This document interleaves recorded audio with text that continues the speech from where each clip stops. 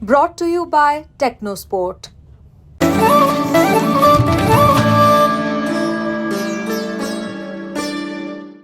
क्योंकि मैं इस वक्त पाकिस्तान में हूं, लाहौर में हूं 19 साल के बाद, और जब मैं पाकिस्तान आया हूं हुआ क्या कि पाकिस्तान की टीम चैंपियंस ट्रॉफी से बाहर हो गई है। पहले वो इंडिया से हारे और उसके बाद उनको खबर मिली कि न्यूजीलैंड ने पाकिस्तान के सपनों पर पानी फेर दिया। सो मेरे साथ अहमद शहजाद ही हैं। अच्छा, अहमद शहजाद उस टीम में थे जिसने आखिरी बार भारत को चैलेंज भी किया था और डिफेंडिंग चैंपियन चैंपियंस ट्रॉफी में भी थे। और अहमद भाई को तो मैं सुनता रहता हूँ, आज मुलाकात भी है, आज क्रिकेटर भी है आपके अंदर एक मीडिया जर्नलिस्ट भी है और एक एक्सपर्ट भी है। बिकॉज मुझे लगता है कि हम आपको सुनते तो हैं बट इंडियन ऑडियंस भी जानना चाहेगी, और मुझे लगता है कि अहमद भाई पाकिस्तान में भी आज तक और स्पोर्ट्स तक देखा ही जाता है। तो आज मतलब मेरे जहन में सवाल ये है कि जब आप खेलते थे और मैंने भी कवर किया और मैं पाकिस्तान 2006 के बाद पहली बार आया हूँ, लड़ाई बराबरी की होती थी। ठीक है, आईसीसी टूर्नामेंट्स में हम जीतते भी थे, लड़ाई बड़ी बराबरी की होती थी। आज ऐसा क्या हो गया है कि इंडिया शायद 4 कदम आगे चला गया है और पाकिस्तान वहां नहीं खड़ा है, 4 कदम पीछे आ गया है। क्या है ऐसी वजह? देखिए, if you ask me, obviously merit और obviously right man for the right job. The reason मैंने थोड़ी सी साइड पकड़ ली इस सिस्टम से बिकॉज मुझे लग रहा था कि मेरिट नहीं और कोई प्रोफेशनलिज्म है नहीं, जिसकी वजह से पाकिस्तान टीम का जो भी आप देख रहे हैं हाल है बहुत अनफॉर्चुनेट है। ये वो टीम है जिस तरह आपने बताया, ये लड़ती है और अभी भी आप पाकिस्तान और भारत के रिकॉर्ड्स देखेंगे तो पाकिस्तान आपको कहीं ऊपर ही मिलेगा। क्यों? वो इसी वजह से कि पास्ट में जो थी पाकिस्तान की टीम बहुत बड़ी थी और भारत भी हमारे पास नहीं लगता था। लेकिन अब आके it's other way around. Bharat ने क्या किया? देखो, यू लर्न ना, उसने अपना इंफ्रास्ट्रक्चर ठीक किया, प्लेयर्स को डेवलप किया, रांझी का जाल बिछाया और मेरिट पे right man for the right job लेके आए और उन्होंने प्रोफेशनली काम किया। इसी वजह से आप देख रहे हैं कि इस तरह का प्रोडक्ट। फिर आईपीएल आया और लेकिन उनकी जो सारा क्राइटेरिया था भारत का वो स्पॉट ऑन था। उनके लीडर्स, आप सौरव गंगुली से स्टार्ट करें, उस सौरव गंगुली के अंदर कौन कौन उन्होंने बनाया? ये वो लोग थे जो इनसिक्योर नहीं थे किसी से, ये वो लोग थे जो किसी से जेलस नहीं थे। इन्होंने ऑनेस्टली क्रिकेट के लिए काम किया और लोगों को एंटरटेन किया। एक अच्छी टीम, युवराज देखे उन्होंने खड़े किए, वीरेंद्र सहवाग उन्होंने खड़े किए, you name every superstar, Dhoni. फिर उन्होंने अपनी जो लेगेसी है वो धोनी को दी। Dhoni has done the same for the country. क्या? अश्विन, जडेजा, विराट कोहली, रोहित शर्मा, बेटन चलता रहा। ठीक है, चलता रहा। उसके बाद उन्होंने पास ऑन किया विराट कोहली को, फिर उन्होंने रोहित शर्मा। एक चेन है जो पॉजिटिवली चल रही है। यहाँ पे अनफॉर्चुनेटली ऐसा नहीं था। यहाँ पे मुझे लगता है कि बाकी सारी चीज़ें जो होती हैं वो तो होती हैं। जब बाबर आजम को कैप्टन बनाया गया ना, ही वॉजंट रेडी फॉर इट। वो कैप्टनसी का मटीरियल नहीं था। हाँ, वो कैप्टनसी का मटीरियल नहीं था। He was just a performer. और एक परफॉर्मर में और एक लीडर में ज़मीन और आसमान का फ़र्क होता है। हमने ये नहीं देखा कि बाबर आजम रेडी भी है इतनी बड़ी रिस्पॉन्सिबिलिटी के लिए। क्या वो, उसकी बैटिंग तो नहीं ख़राब हो जाएगी? क्या वो ये चीज़ें संभाल पाएगा? और हम ओवर द ईयर्स हम ये कहते आ रहे हैं और वक्त ने वो साबित किया। पाकिस्तान क्रिकेट बोर्ड का जो ये डिसीजन था बाबर आजम को कैप्टन बनाने का, उसको वो पाकिस्तान की क्रिकेट को बहुत पीछे ले गया। फिर रही सही कसर ये हो गई कि जब वो आसपास की चीज़ों की बातें सुनते रहे, टीम के अंदर बहुत ज़्यादा डिफरेंट चीज़ें भी होने लग गई जो हमने नहीं देखी थी। वो ग्रुपिंग, फिर एजेंट आ गए पाकिस्तान की क्रिकेट के अंदर। वो एजेंट ने 8 प्लेयर्स। ये सच है कि मतलब आपकी क्रिकेट पिछले 3-4 साल में ऐसा हो रहा था कि एजेंट्स डिसाइड करते थे क्या होगा क्या नहीं होगा? बिकॉज मैं ये सुनता हूँ इंडिया में, अब मैं ऑनेस्टली आपको बताऊँ तो मुझे बड़ी हैरानी होती है कि एजेंट इतना पावरफुल हो सकता है क्या? जी बिल्कुल ऐसा ही है। हमारे जो करंट प्लेयर हैं जिसमें से 7-8 प्लेयर्स वो एक एजेंट के साथ थे। और एजेंट का फ़ायदा किस चीज़ में होता है? एजेंट का फ़ायदा इसी में होता है कि उसके ज़्यादा से ज़्यादा प्लेयर टीम में खेलें और वो इन्फ्लुएंस कर लेता है। जी बिल्कुल, ऑब्वियसली जब कप्तान भी उसी का है, जब वाइस कप्तान भी उसी का है, तो बहुत ज़्यादा इन्फ्लुएंस हो गया था इन चीज़ों पे उसका, जिसकी वजह से वो जो 7-8 प्लेयर थे वो थ्रू आउट खेलते गए। फिर इससे होता क्या है, एक होता है you have to be honest with your country, और अपने फ्रेंड्स की भी जो गलतियां हैं ना वो आप दुनिया के सामने लेके आते हैं। फिर एक दूसरी चीज़ है, जब आप उनकी गलतियां और ब्लंडर्स अंडर द कार्पेट छुपाते रहें और उसको अननेसेसरी सपोर्ट करते रहें कि ही इज़ माई फ्रेंड, उसका फिर नुकसान मुल्क को होता है। फिर डबल नुकसान क्या हुआ? विक्रांत भाई, जो हमारा डोमेस्टिक का पहिया था वो रुक गया। जब आप डोमेस्टिक के परफॉर्मर को नहीं लेके आएंगे तो फिर वो क्या होगा? वो छोड़ छोड़ के दुबई जाने लग गया, वो छोड़ छोड़ के यूएसए जाने लग गया। वो कहता था हम तो जितनी मर्जी परफॉर्मेंस कर लें, हमें तो मौका नहीं मिल रहा है। तो ये सारा किस वजह से हो रहा था? वो जो टीम के अंदर ग्रुपिंग थी या कैप्टन थे, उन्होंने ये सारी चीज़ें वहाँ से स्टार्ट की, विच इज़ रॉन्ग। आप मुझे खुद बता दीजिए कि जिस मुल्क के अंदर ये चीज़ हो रही हो कि आप ग्रुप्स हैं टीम के अंदर और उस पर एक्शन नहीं लिया जाता है, आप पता है क्या होता है? हम जब बात करते हैं ना यार टीम के अंदर ग्रुपिंग थी, तो हमें जवाब क्या मिलता है? यार किस दौर में नहीं थी? आप एंड्रयू सैमंड्स का किस्सा याद है? उसने एक मीटिंग मिस की, वो कितना बड़ा प्लेयर था, रिकी पॉन्टिंग ने उठा के बाहर किया। क्यों? वो कह रहा था कि यार आज इसने किया है, ये इन्फ्लुएंस डालेगा बाकी के प्लेयर्स पे भी, सारी टीम का माहौल ख़राब हो जाएगा। और आज आप देखें, आपके लिए ग्रुपिंग अगर छोटी सी चीज़ है, ये लास्ट 1 साल से जब से हम वोकल हुए हैं बताते आ रहे हैं, now people have understand it, वो सारी चीज़ें उन्होंने देख ली हैं। सो आई थिंक ये जो एक डिसीजन थे 1-2, उसको पाकिस्तान क्रिकेट आखिरी 2 सालों में ना ये बहुत पीछे ले। फिर भी अहमद भाई मुझे ये बताइए कि क्या आपने, आई एम सॉरी मैं उस लफ्ज़ का इस्तेमाल करूंगा, उसने उतनी बुज़दिल क्रिकेट टीम आपने कभी सोची थी कि चैंपियंस ट्रॉफी में आपकी टीम इतना डर डर के खेलेगी? बिकॉज यार है तो पाकिस्तान ना, पाकिस्तान को बुज़दिली के लिए क्रिकेट के मैदान में कभी एसोसिएट नहीं किया गया था। देखिए बुज़दिली का जहाँ तक आप बात करेंगे, एक टिमिड अप्रोच जो है वो एट टाइम्स हमें देखने को मिली है। इनसिक्योरिटी है जी, ये किस चीज़ की इनसिक्योरिटी है भाई? हमें भी यही बोला जाता है कि आपकी इनसिक्योरिटी है, जब खेली यही प्लेयर्स रहे हैं पिछले 7 साल से, तो यही प्लेयर हैं, तो फिर किस चीज़ की इनसिक्योरिटी है? एक्सक्यूज़ है। मसला ये था स्किल का। आप जिन प्लेयर्स को आगे लेके चल रहे थे वो पोटेंशियल वाले थे नहीं, उनमें वो स्किल नहीं था कि वो पाकिस्तान को जो है ना मैचेस जितवा सकें। अगर 2-3 में था भी, लेकिन आपने एनवायरनमेंट उनको ऐसा दे दिया, वो भी आहिस्ता आहिस्ता करके नीचे एज अ कलेक्टिव टीम आप लोग एफर्ट कर नहीं सके। उसका यही मसला था कि जब आप अपने फ्रेंड्स को ओबलाइज करते हैं टीम के अंदर, तो वो जो फ्रेंड 1 ही 2 जो होते हैं वो टीम का सारा बैलेंस तोड़ देते हैं, जिसकी वजह से एक टाइम है आपका, तब तक आप पीक परफॉर्मेंस कर सकते हैं, लेकिन जैसे ही वो टाइम गुजर गया आपकी अपनी परफॉर्मेंसेस भी नीचे आती हैं। और जब आपकी परफॉर्मेंस नीचे आती हैं फिर आप टिमिड अप्रोच के साथ खेलते हैं। और ये सिर्फ पाकिस्तान के साथ नहीं होता, आप भारत को भी ले आए, दुनिया की कोई टीम ले आए, जब आप हार रहे हैं, आपकी परफॉर्मेंसेस नीचे हैं, क्रिटिसिज्म हो रहा है, तो आपको थोड़ी बहुत बुज़दिली नज़र आती है। और हमने देखी है ये थ्रू आउट हर टीम के अंदर। लेकिन अब करना क्या है? ये सारी चीज़ें तो हो गई, अब now is the right time. देखिए आप होस्ट थे यार चैंपियंस ट्रॉफी के, आप 4 दिन के अंदर, 4 दिन में टूर्नामेंट, मतलब 4 दिन में आपका टूर्नामेंट खत्म हो गया। क्या आपका ख्याल है हमें दुख नहीं होता? आप सोच सकते हैं कि हमने क्रिकेट को कितना जान से ज़्यादा प्यार किया है। हमारे खून में रग रग में क्रिकेट, पाकिस्तानी है तो क्रिकेट जो है ना बड़े हुए हम इस नफ्स के साथ। और अब जब देखते हैं पाकिस्तान टीम की हालत और पाकिस्तान क्रिकेट टीम का जो स्ट्रक्चर है, बड़ा दुख होता है। सिर्फ यही वजह है कि आके कोशिश ये करते हैं, यही हमारे हाथ में है प्यार से, कि यार आपको रिफॉर्म्स करने हैं, आपको नेसेसरी चेंजेस लेके आने हैं, आपको right man for the right job लेके आना है। आप अगर चेयरमैन हैं तो ये आपकी रिस्पॉन्सिबिलिटी है कि आप right man for the right job लाएं। आप सिर्फ ये नहीं कह सकते हैं विक्रांत भाई कि यार मैंने तो स्टेडियम बना दिया, यार मैंने तो ये चीज़ें क्रिकेटर्स पे छोड़ दी। नहीं यार, you got to identify right people. आपकी अगर ये जॉब है, आपको लाया गया है, then you should be able to find righteous people जो मुल्क के साथ मुखलिस है।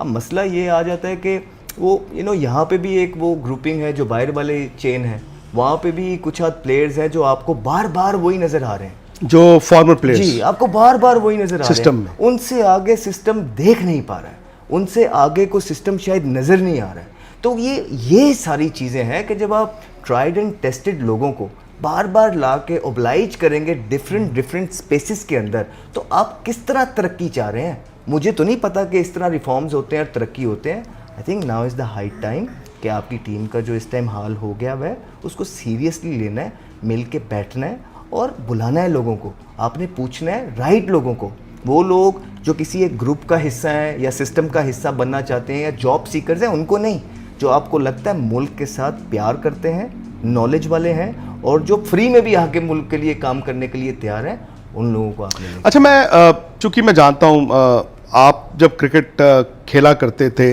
विराट और आप तकरीबन एक साथ ही आए।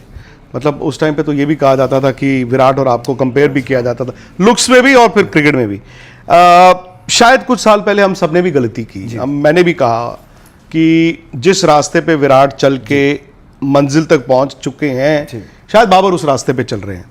बाबर उस रास्ते में कैसे खो गए? बिकॉज पोटेंशियल तो था, दिखता था उनमें पोटेंशियल था एज बैट्समैन कि हाँ यार आने वाले वक्त में मैं पाकिस्तान का एक अच्छा बैट्समैन बनूंगा।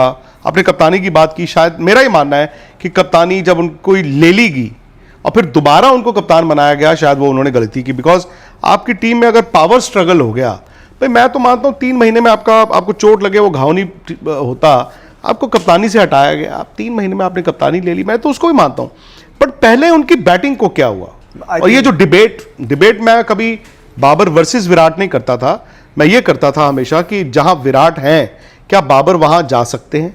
सबसे पहले जो आपने मेरी बात की वो लुक्स की हद तक तो ठीक रखते हैं बात, जहाँ तक मेरा कंपैरिजन उनके साथ होता था वो गलत था उसमें। नहीं यार, बैटिंग आप जबरदस्त करते नहीं थे। सर, कंपैरिजन विराट कोहली के साथ कंपैरिजन नहीं कर सकते आप किसी का।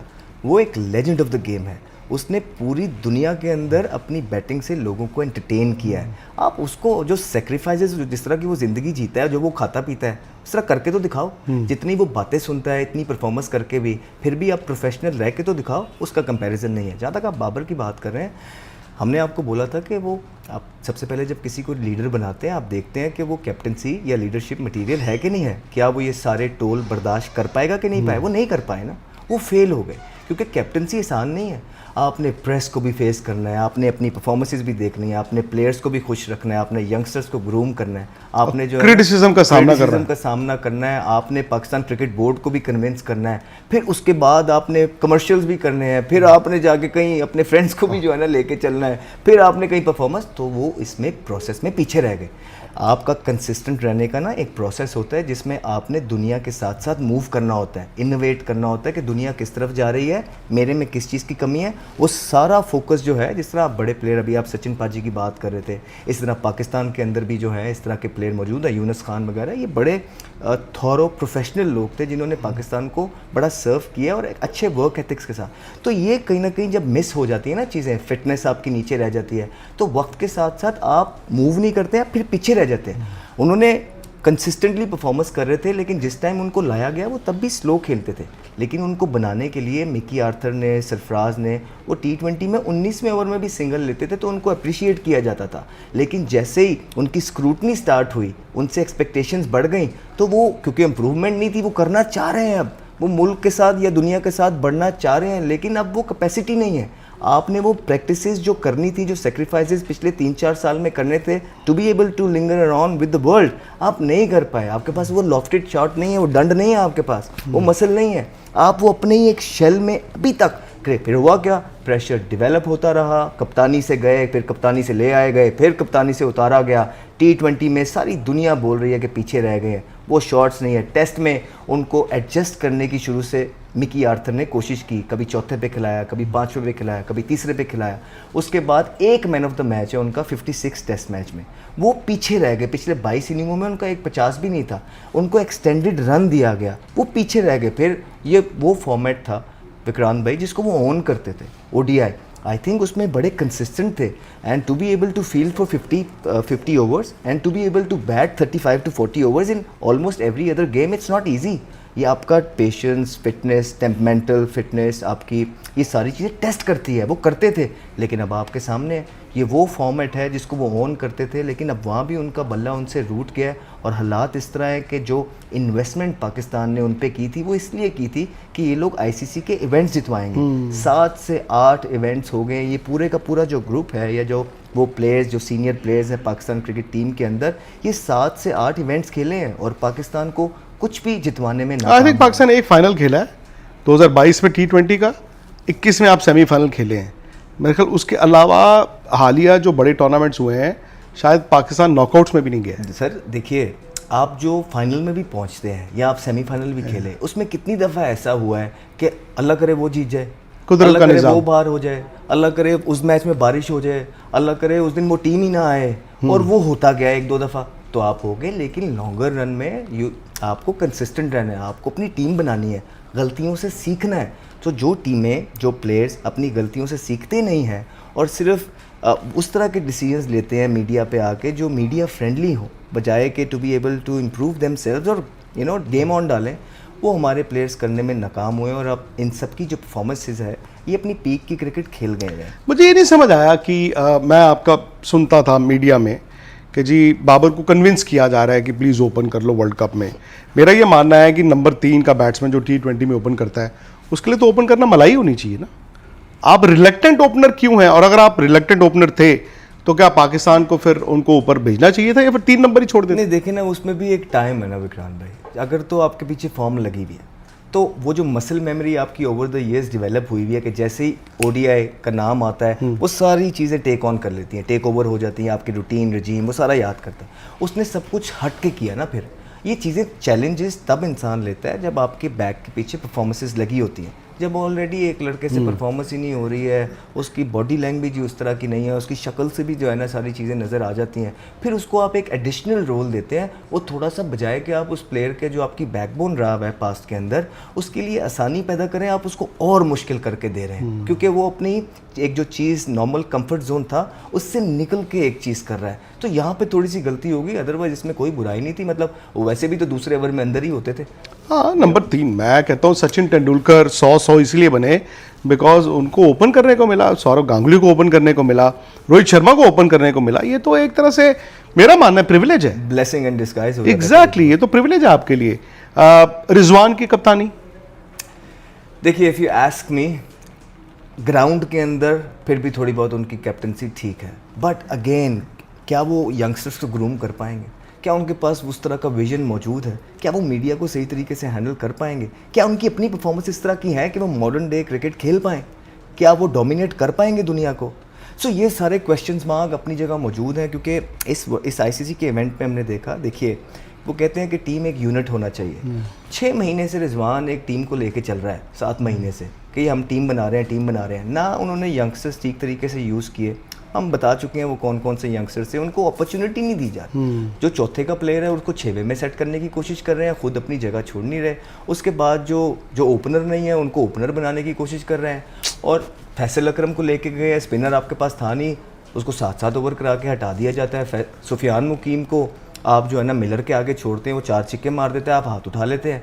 उसामा मीर को आप कंट्रोवर्शियल कर देते हैं बिकॉज आप लोगों को वो पसंद नहीं है, चाहे जितना मर्जी अच्छा बॉलर हो। तो सर जब आप इस तरह की चीज़ें करेंगे, बस लाइक्स डिसलाइक्स चलती हैं। जी बिल्कुल, तो फिर आप इस तरह की चीज़ें करेंगे और विक्रांत भाई फिर देखें ना एक यूनिट जीतता है। हम कहते हैं कि यूनिट क्या आप इंपोर्ट कर रहे हैं T20 से, भाई आप ही कप्तान है ना, भाई छोड़े सिलेक्टर क्या कर रहा है?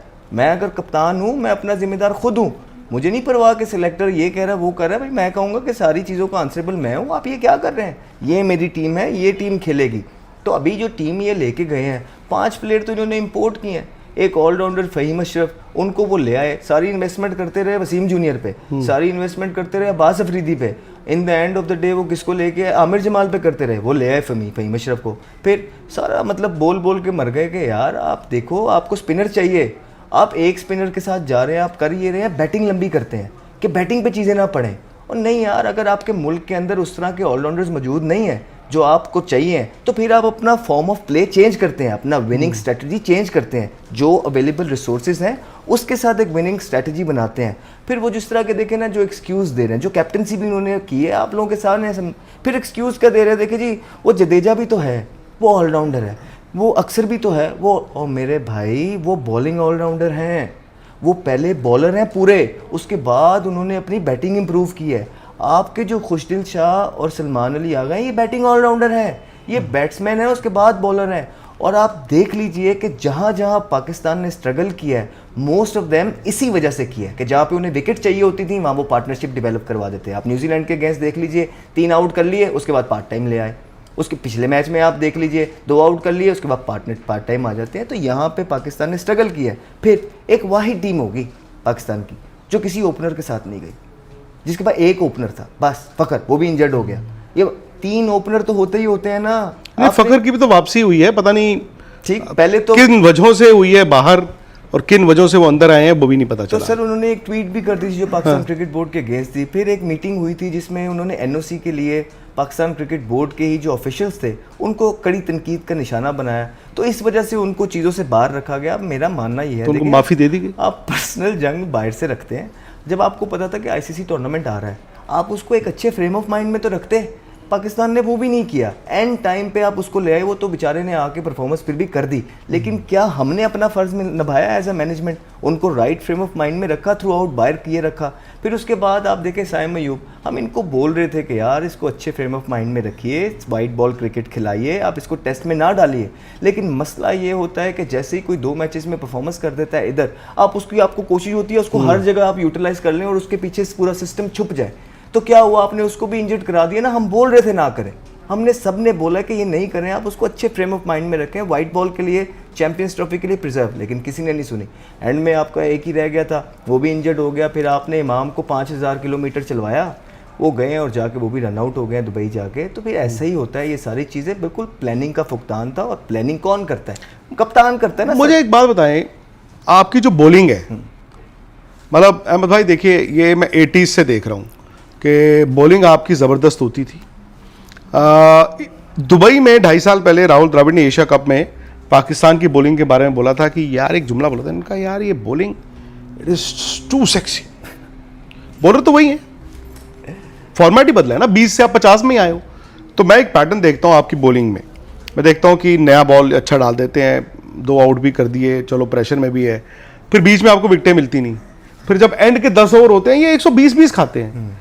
तो ये पैटर्न कैसे बन गया? आपके बॉलर भी जो है वो मैं देखा है बच के पतली गली से निकल जाते हैं, नजला गिरता बैट्समैनों पे, जी जी, और बॉलर आपके जो है पिट रहे हैं ठीक ठाक। होता ही है विक्रांत भाई, एक जब आपकी एक टाइम होता है जब अपनी पीक की क्रिकेट बॉडी आपकी ना पीक पे होती है, हर चीज़ जान, वहाँ पे अगर आपको अच्छी टीम ना मिले कि जो आपकी परफॉर्मेंसेस के साथ अच्छी परफॉर्मेंसेस दे के आपको रिजल्ट प्रोड्यूस करे, फिर उसके बाद एक टाइम आता है कि आपकी भी जो है बुरी फॉर्म आती है और आपकी क्रिकेट डिक्लाइन पे हो जाती है। हमारा शाहीन के साथ जो मेरी अंडरस्टैंडिंग है, वो इशू ये हुआ कि जब वो इंजर्ड हो गए और उनको घुटने की इंजरी हो गई, उसके बाद वो अपनी पीक पकड़ नहीं सके दोबारा से। वो बड़ी कोशिश कर रहे हैं लेकिन उनकी बॉडी अलाउ नहीं कर रही। अब वो जोर लगाते हैं ना जब राइटी बैट्समैन को, वो लात पे चला जाता है, उनके एक्शंस में प्रॉब्लम है। शायद वो नी बचाने के लिए अपनी बॉडी के डिफरेंट मसल्स को यूज़ करते हैं, जिसकी वजह से उनके एक्शन, आमिर ने एक जियो पे बैठ के आपका शो था, ठीक है, तो वो लेफ्टी को तो अभी भी ठीक कर लेते हैं, लेकिन राइटी को जो वो मैजिकल बॉल है ना, वो पहले जितना ऑफनली करते थे, किया उन्होंने रोहित शर्मा को, लेकिन वो जब अब वो उस जगह पे गिरता नहीं है। तो ये तो एक हो गई। और फिर डेप्थ के अंदर ना आपको पेस चाहिए, गाइल चाहिए, अच्छा स्लो बॉल चाहिए। वो बॉडी 50 ओवर के मैच में थक जाती है, ठंडी हो जाती है। जब आप वार्म अप करके आए हैं, टॉस हार के आपकी बॉलिंग आ गई, गरम गरम आपने सब कर लिया, आपको बड़ा स्पेस मिल जाता है वनडे क्रिकेट के अंदर। आपको एकदम अपने आप को गर्म करना होता है, वो फिर गर्म होने में अब टाइम लेते हैं। इसी वजह से आप डेप्थ के अंदर देखें, यॉर्कर लगते नहीं है, इतना इतना रिवर्स हो रहा होता है, लेकिन फिर भी आपकी एग्जीक्यूशन नहीं होती, तो कहीं ना कहीं आपकी बॉडी आपका साथ नहीं दे रही। फिर हारिस रऊफ का भी है इसी तरह, उन्होंने ऑस्ट्रेलिया में जिस तरह एक पैचेस में वो परफॉर्मेंस दिखा देते हैं, ऑस्ट्रेलिया में ज़बरदस्त परफॉर्मेंस की, लेकिन आप उनकी पिछले 2.5 साल से परफॉर्मेंसेस देखिए, उन्होंने कोई भी इस तरह की मैच विनिंग परफॉर्मेंसेस नहीं की हैं। और फिर नसीम शाह, जिससे बड़ी हाई होप्स थी, बड़ा दुख होता है देख के कि इन प्लेयर्स की फिटनेस कितनी डाउन है। पेट बाहर निकले, 10 ओवर नहीं आप डाल सकते, यहाँ से चीज़ें डबल चिन हुई भी है। तो ये चीज़ें देख के बड़ा दुख होता है, ये सारी अपनी ही गलतियाँ होती हैं। अब विराट कोहली भी तो आपके सामने है ना, देखा है ना पिछले मैच में किस तरह भाग रहा है 34, 35, 70, 72, 36 कितनी उनकी 36 के हैं। आप देख लें, डिफरेंस दिखाते हैं। इतना हम्बली वो प्यार के साथ एट ईज खत्म कर दे, उनसे तेज कोई एक अभी भी क्रॉस द फील्ड बता दें कोई बंदा है, तो सेक्रीफाइस करने होते हैं आपने, जो कहीं ना कहीं हम मिस कर जाते हैं। और वो जो बड़े जो ये चीज़ें सिखाते थे, शायद वो भी उनके साथ मौजूद नहीं थे। और फिर हमने तो इस तरह की बातें भी सुनी है कि जो बड़े इनको सिखाने की कोशिश करते थे, ये वो भी नहीं सीखते थे। हमने तो बहुत सारी बातें सुनी है। खैर एनीवेज, तो इवेंचुअली ये हुआ कि जब इनकी पीक की क्रिकेट थी, एज अ टीम खेल नहीं पाए, कोई ना कोई लिंक मिसिंग रह जाता था। अब इनकी पीक की क्रिकेट, क्योंकि वो मेहनत का लेवल जो था वो उस तरह नहीं है, तो अब इनकी पीक की क्रिकेट ख़त्म हो रही है। लेकिन माइंड यू, हमारे पास डोमेस्टिक, आपने एक क्वेश्चन पूछा था कि क्या आपके पास इस तरह के प्लेयर, हमारी डोमेस्टिक बड़ी सरखेज़ है, ये मिट्टी बहुत जरखेज़ है। आप देखिए कि ऑस्ट्रेलिया 1 करोड़ आबादी है, वो अपना बेस्ट निकाल लेते हैं बीच में से। न्यूजीलैंड छोटी सी आबादी है, बेस्ट 15 निकाल लेते हैं। यहाँ पे भी मेरा मानना ये है, इस मुल्क में अल्लाह का बड़ा करम है, इस तरह के प्लेयर्स विक्रांत भाई मौजूद हैं डोमेस्टिक के अंदर, कि अगर अच्छी तरीके से स्काउटिंग होगी, और उनको राइटलिस्ट लोगों के पास अंदर टीम में भेजा जाएगा जो प्रोफेशनल होंगे, और उनको अच्छी प्लानिंग के साथ अंदर भेजा जाएगा। 6 महीने में टीम बन जाती है, लेकिन क्या आप बनाना चाहते हैं या नहीं? जब आप ये कहते मेन हैं बात क्या आप बनाना चाहते हैं, तो वो क्या आपका पाकिस्तान क्रिकेट बोर्ड का एडमिनिस्ट्रेशन है, या फिर जिन लोगों को क्रिकेट चलाने के लिए दी जाती है? वो तो जिनको दी जाती है वो तो सिलेक्टर हो, कोचेज हो, तो पाकिस्तान के फॉर्मर प्लेयर्स ही हैं ना। जी। तो उस आप किसकी तरफ इशारा हम कर रहे हैं? आपको ये कहने सबसे पहले एक पाकिस्तान क्रिकेट बोर्ड के जो चेयरमैन हैं वही जेन बनाएंगे ना कि हाँ यार we need to fix it. सबसे पहले तो वहीं से आएगा, राइट? जो मर्जी आप और मैं कह लें, उसके बाद फिर वो लोग देखेंगे कि यार कौन से राइटियस्ट लोग हैं, वो जो ट्राइड एंड टेस्टेड हैं, जिन्होंने आज तक जो है ना कोई ऐसा फ़ायदा दे नहीं सके पाकिस्तान को, उनको बहुत बारियां मिली हैं। जब आप उन्हीं के हाथ में दोबारा रिस्पॉन्सिबिलिटीज़ दे देंगे तो वो हो नहीं पाएगा। आपको राइटियस्ट लोग ढूंढने हैं जो हो, और उसके बाद सर हम तो ये सारी चीज़ें पिछले टूर्नामेंट से कहते आ रहे हैं ना। मुझे ये लग रहा था पिछले टूर्नामेंट में भी आपने देर कर दी, लेकिन चले कुछ नहीं बिगड़ रहा है, एक और टूर्नामेंट चला गया। आप ये ना हो कि एक और टूर्नामेंट चला जाए और हम बैठ के यही बातें कर रहे हो, क्योंकि सर बड़ी डिसअपॉइंटमेंट होती है। आपने देख लिया लाहौर में फिर रहे हैं लोग, दीवाने हैं स्पोर्ट के पीछे, लोग बहुत प्यार करते हैं। तो यहाँ पे दीवानगी वैसे जो देखी है वो थोड़ा सा सरप्राइजिंग है। विराट और रोहित शर्मा की दीवानगी तो मैं एंटिसिपेट कर रहा था। मैंने एक चीज़ ये देखी, इंडियन क्रिकेट टीम को लेकर दीवानगी, एज इन उनको देखना तो अलग बात है। मुझे लोगों ने यहाँ तक कहा है पाकिस्तान में, लाहौर में, कि जी अब तुम इंडिया को चैंपियंस ट्रॉफी जीतने देखना चाहते हैं। वो मेरे लिए बहुत बड़ा सरप्राइज तो था। सर हम आपको ये बोल रहे हैं, देखिए इसमें हमारे जो हम लोग भी हैं, जो प्लेयर्स हैं, उनका भी थोड़ा बहुत अमल दखल है कि हम राइटियस इन्फॉर्मेशन स्प्रेड कर रहे हैं जी। हम ये नहीं कहते कि यार वो भारत है उन्हें ये कर, नहीं यार, हमारा एक स्पोर्ट्समैन है। जो टीम अच्छा खेलती है हम उनकी तारीफ़ करते हैं, और उनमें जो अच्छाइयाँ हैं वो अपने अपने ज़रिए जो हमारे पास प्लेटफॉर्म्स हैं उसके ज़रिए हम बताते हैं। और हमने मेक श्योर किया है, और हमारा मानना यही है कि कोई भी मुल्क अगर ठीक चीज़ कर रहा है, राइट चीज़ कर रहा है, उसे सीखना चाहिए। आप देखें ना, जो भारत ने अपना जाल बिछाया हुआ है रांझी का, जो उनकी स्काउटिंग होती है, जो प्रोफेशनलिज्म वो करते हैं, जिस तरह वो लड़के पिक करते हैं, 2-2 टीमें बनी हुई हैं, साथ साथ ही है ना। ऐसा कैसे हो सकता है कि पाकिस्तान के अंदर आपकी एक टीम नहीं बन के दे रही? मैं नहीं ये मानता। हम डोमेस्टिक खेलते हैं, हमें पता है कि प्लेयर्स मौजूद हैं।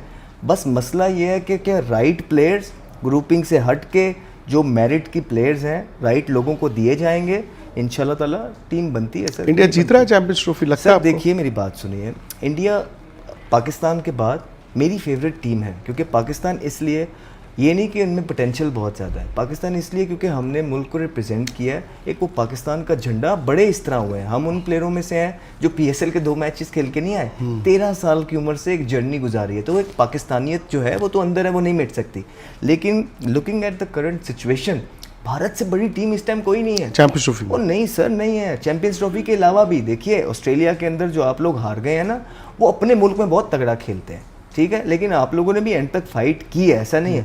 लेकिन आप देखें तो सही, आपकी टीम की परफॉर्मेंसेस क्या है, नंबर 1 नंबर 2 पे इतना कंसिस्टेंटली खड़ी है, उसकी कोई वजह है। 2-2 टीमें, आप लोगों का बच्चा वो शर्मा आ रहा है, चेक किया कितना फेयरलेसली खेल रहा है, क्या राइट लोगों के। उसके तिलक वर्मा को आपने देखा है जो शॉटें मार रहा है, वाशिंगटन सुंदर नीचे आके किस किस तरह की शॉटें मारता है और क्या वो स्पिन करता है। तो आप ये देख रहे हैं कि कितना टैलेंट पोटेंशियल है। तो obviously for this only reason कि इनके प्लेयर्स इतने ज़बरदस्त हैं कि जिनको देख के मज़ा आता है। और उनके भी 11 में जगह नहीं है, जो होमवर्क पूरा करके आते हैं, जिनको पता है कि दुबई के अंदर जा रहे हैं, 5 स्पिनर लेके आए हुए हैं। तो सर ये सारी चीज़ें एज ए क्रिकेटर हम समझते हैं।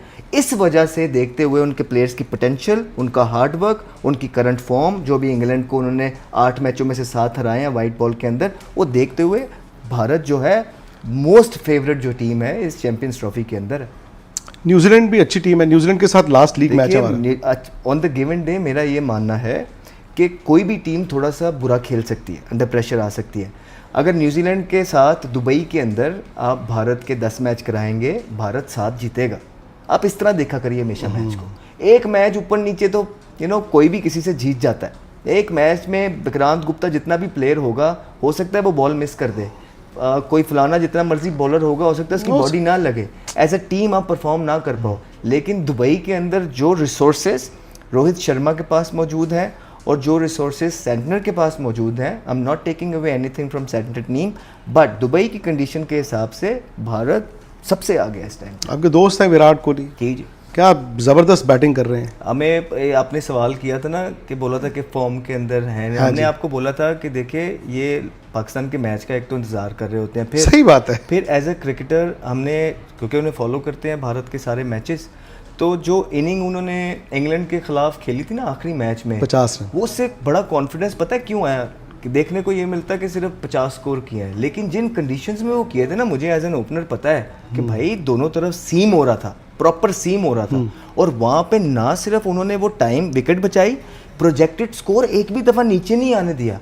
जो हल्के स्किल लेवल के प्लेयर होते हैं ना, उनको ऐसी सिचुएशन मिल जाए या 2-3 आउट मिल जाए ना, वो रोक ही जाते हैं, उससे प्रोजेक्टेड स्कोर नीचे आ जाता है, टीम को बड़ा नुकसान होता है। लेकिन विराट कोहली और गिल जब उस टाइम पे खेल रहे थे, वो बहुत ज़बरदस्ती खेले, और उस कंडीशन में परफॉर्मेंस जब आप कर देते ना, बेशक 50, आपकी जो सारी मसल मेमोरी है वो डेवलप होती है, और आप देख लें हमारी बात सच साबित हुई। बस उसे कहा था कि यार पाकिस्तान के ख़िलाफ़ ना करना, उसने भी, जवान के बच्चे ने जो है ना, पाकिस्तान क्या ईज़ खेला है।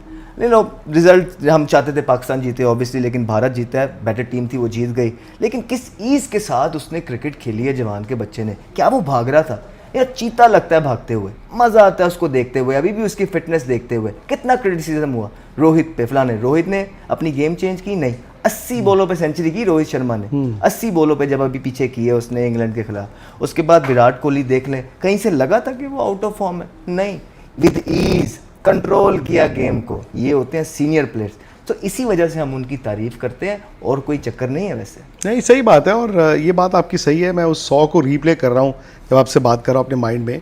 उन्होंने पहले शुभमन गिल को डोमिनेट करने दिया अपने ऊपर, फिर उन्होंने श्रेयस अय्यर को डोमिनेट करने दिया अपने ऊपर, और वो विराट कोहली हैं। विराट कोहली किसी स्टेज पर ऐसे लगा कि तालियों के लिए खेल लेता हूँ, चल यार 2 शॉट इधर मार दूँ, 2 उधर मार दूँ।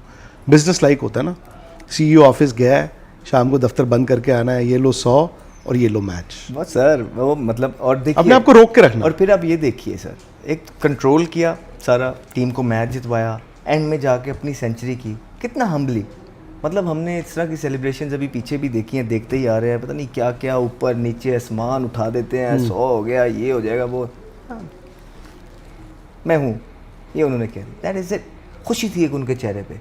सीखता है इंसान ये चीज़ें, सीखनी चाहिए इंसान को ये चीज़ें, ये बड़े प्लेयर के जेस्चर्स हैं, ठीक है। और वो किसको फॉलो कर रहे हैं, कहाँ को जा रहे हैं, सचिन तेंदुलकर की तरफ। अब नया गिल किधर को जाएगा, बेंचमार्क देखें, विराट कोहली को पकड़ने के लिए जाएगा, कहीं पास पहुंच जाएगा, नया प्लेयर आएगा कोई, वो किसको पकड़ने जाएगा, गिल को पकड़ने जाएगा। इस तरह आपकी चेन चलती रहती है। Role model. बहुत शुक्रिया आपका अहमद शहजाद यार, मतलब दिल से बोलते हैं, दिल से क्रिकेट भी खेलते हैं। आई नो अभी भी आपके दिल में होगा कि इस वक्त आप क्रिकेट खेल रहे होते, would have been better for you also. Sir कौन नहीं खेलना चाहता, बड़े हुए हैं खेलने के लिए, बट नॉट लाइक दिस। एक अच्छे एटमॉस्फेयर के अंदर खेलना चाहा हमेशा। तो जब दिल भर गया ना ये चीज़ें देख देख के, तो फिर अंदर कुछ कर नहीं पा रहा था, तो मैंने कहा बाहर आके मुल्क का अपनी कैपेसिटी में जो बेटरमेंट कर सकते हैं वो करेंगे सर, और वो आगे भी करते चले जाएंगे। अदरवाइज कौन चाहता है सर मुल्क के साथ ना खेले। ये बहुत बड़ी जो है ना अपॉर्चुनिटी होती है मुल्क को रिप्रेजेंट करना। नहीं, और आई कैन सेंस मायूसी भी होती है यार। चैंपियंस ट्रॉफी एक बहुत बड़ा ओकेजन था पाकिस्तान के लिए 1996 के बाद, एक ICC टूर्नामेंट, और अगर आप 4 दिन में उस टूर्नामेंट से बाहर हो जाते हैं तो वो आसान नहीं होता। बहुत बहुत शुक्रिया अहमद शहजाद भाई। आप लोग प्लीज़ यार फटाफट से लाइक करें इस वीडियो को, शेयर करें इनको, आप सोशल मीडिया पर फॉलो भी करें, बिकॉज क्रिकेट की नॉलेज ज़बरदस्त है। मैं इनके शोज़ देखता रहता हूँ, इनके यूट्यूब चैनल पे भी बहुत बार, तो आप वहाँ पर भी सब्सक्राइब करें, और स्पोर्ट्स तक को भी सब्सक्राइब करें। क्या चैंपियंस ट्रॉफी भी इंडिया ही जीतेगा? चैंपियंस ट्रॉफी की लाइव कवरेज दुबई से सीधा मेरे साथ, और साथ ही स्टूडियो में गर्मा गर्म बहस। आप भी जुड़िए स्पोर्ट्स तक के साथ इस चैंपियंस ट्रॉफी के सफर में। फटाफट से सब्सक्राइब करिए।